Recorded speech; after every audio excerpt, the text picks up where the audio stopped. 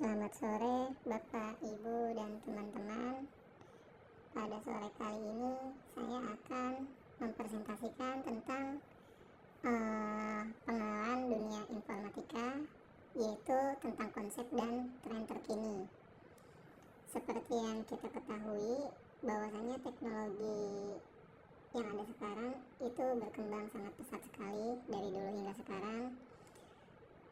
Banyak sekali kegiatan sehari-hari kita yang dibantu oleh teknologi, mulai dari kita memesan makanan secara online, berbelanja secara online, lalu juga memesan transportasi secara online, bahkan kita bisa melakukan belajar jarak jauh dari aplikasi atau website yang sudah disediakan secara online.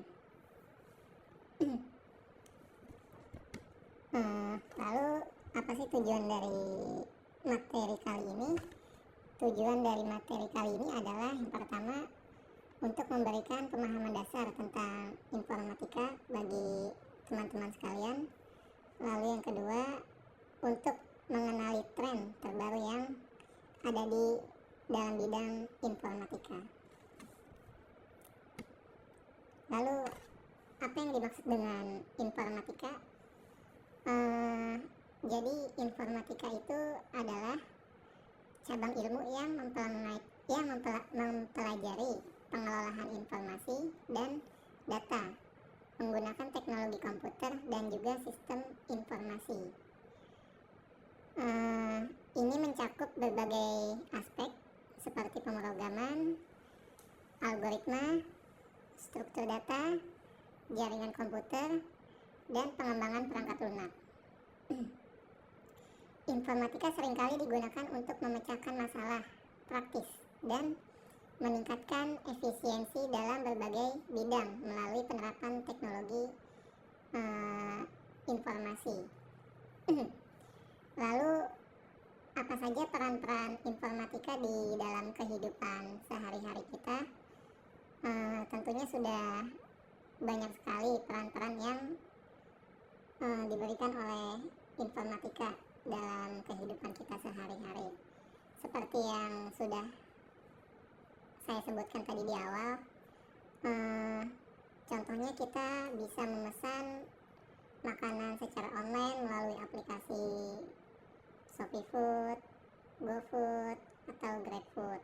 Lalu untuk di bidang transportasi, kita juga bisa menggunakan aplikasi Gojek, lalu Grab, lalu sekarang ada yang namanya Transjakarta, dan juga aplikasi MRT. Lalu untuk bidang toko online, kita bisa memakai Tokopedia, Shopee, Bukalapak, Blibli, dan lain-lain. Bahkan hingga dompet digital pun disediakan oleh teknologi saat ini. Jadi kita tidak perlu lagi menyimpan uang cash yang banyak secara fisik, tapi kita bisa mengganti atau menggunakan uang elektronik yang sudah ada, mungkin seperti GoPay, ShopeePay, Dana, dan lain-lain.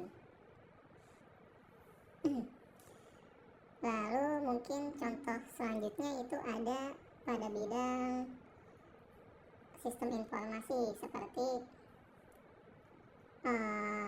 website untuk meminjam dan mengembalikan buku perpustakaan, lalu website untuk melakukan pendaftaran antrean online di rumah sakit, dan lain sebagainya. Tadi kalau misalkan saya sebutkan peran-peran informatika di kehidupan, lalu apa aja sih contoh aplikasinya? Untuk sistem informasi itu mungkin kita bisa sebut ada aplikasi atau website untuk peminjaman buku perpustakaan. Lalu untuk pengelolaan data, itu ada aplikasi untuk analisa data seperti Excel dan lain-lain.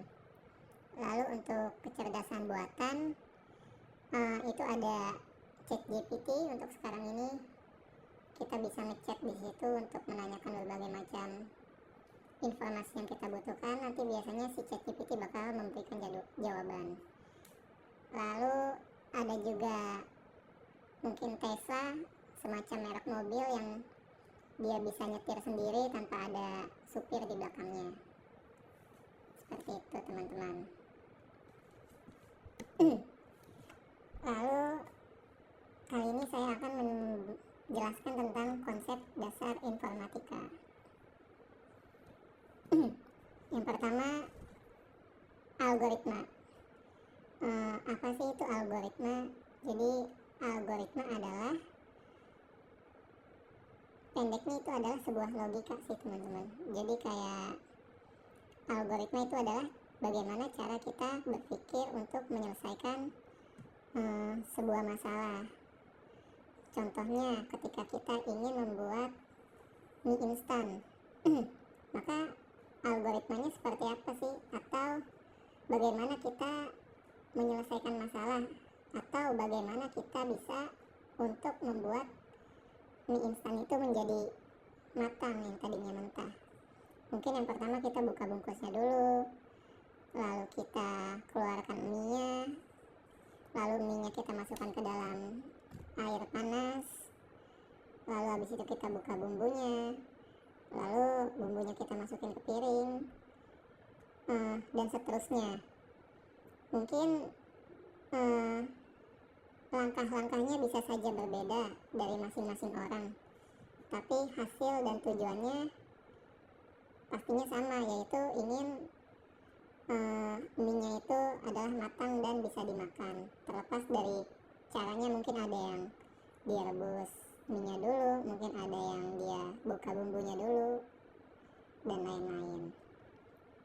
Lalu apa sih pentingnya algoritma dalam pemrograman? Jadi menurut saya algoritma dalam pemrograman itu adalah sesuatu hal yang sangat penting karena dalam pemrograman, kenapa sih kita melakukan pemrograman? Karena kita ingin menyelesaikan sebuah masalah. Bagaimana kalau misalkan kita menyelesaikan masalah tapi tidak menggunakan algoritma, maka kita tidak akan pernah tahu untuk menyelesaikan masalah tersebut. Maka dari itu algoritma sangat penting di dalam bahasa pemrograman, baik pemrograman Java, Python, JavaScript, PHP, dan lain-lain. Karena yang terpenting daripada pemrograman itu adalah bagaimana kita berpikir atau bagaimana algoritma yang kita buat. Seperti itu. Lalu kita masuk ke dalam struktur data. Struktur data di sini saya akan menjelaskan 3. Yang pertama itu adalah array.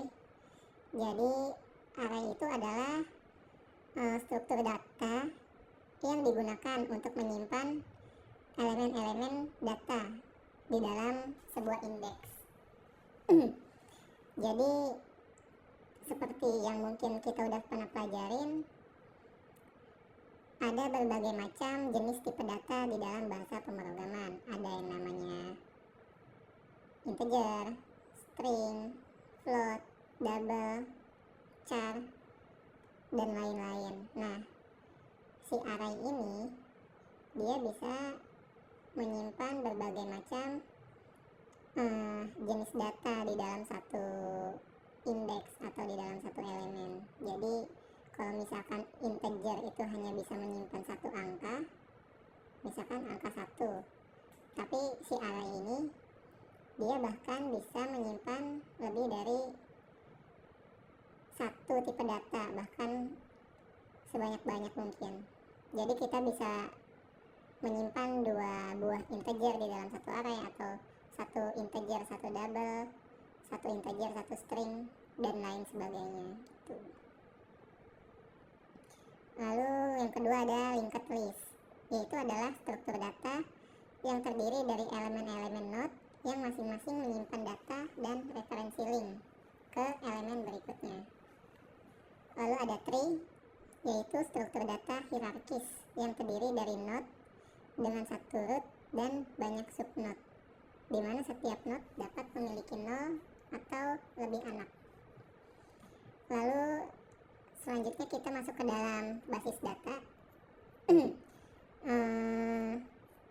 Jadi fungsi dari basis data ini adalah untuk menyimpan data-data yang sudah diproses dalam bahasa pemrograman apapun, entah itu dari Java, Python, dan lain-lain. Semua data yang udah masuk ke dalam sebuah program nantinya akan disimpan di dalam sebuah database. Misalkan kita mendaftar di aplikasi Tokopedia atau Shopee, kita memasukkan nama, nomor telepon, email, alamat, dan lain-lain. Pada saat kita memasukkan semua data itu di dalam aplikasi, pada akhirnya semua data itu akan dimasukkan juga ke dalam database. Jadi semua data itu tidak hilang, tapi akan disimpan di dalam sebuah database. Database biasanya memiliki beberapa relasi atau hubungan dengan antara satu tabel dengan tabel yang lainnya. Misalkan di sebuah database taruhlah ada database bernama sekolah. Database sekolah ini bisa memiliki beberapa macam tabel. Mungkin tabel yang pertama itu ada tabel siswa, lalu tabel kedua itu ada tabel mata pelajaran atau mata kuliah. Jadi relasinya ini bisa one to one atau one to many. Jika one to one, maka satu siswa hanya bisa memiliki satu mata pelajaran.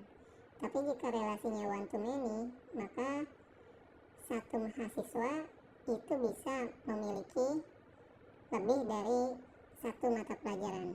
Seperti itu.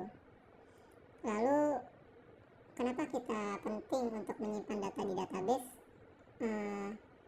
Ya karena untuk record kita atau history tentang data apa saja sih yang pernah kita proses di dalam sebuah bahasa pemrograman. Seperti itu.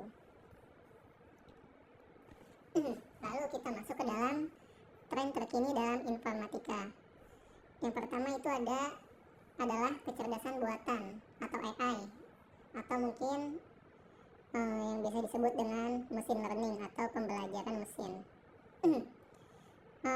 Pengaruhnya tentang pengaruh AI terhadap berbagai sektor itu sangat signifikan membantu kehidupan manusia.